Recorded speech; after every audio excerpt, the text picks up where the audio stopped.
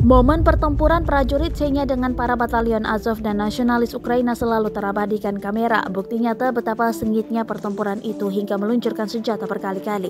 Dalam video yang direkam dan diunggah di Telegram Jumat 22 April 2022, nampak ketegangan dan wajah serius dari para prajurit Chechnya. Mereka fokus untuk melawan serangan senjata yang nyaris mengenai tubuh. Tak hanya itu, asap senjata tak henti menerpa muka seakan tak ada waktu untuk bernafas. Pada keterangan unggahan disebutkan mereka adalah prajurit salah satu unit paling siap tempur dalam sistem FSVNG.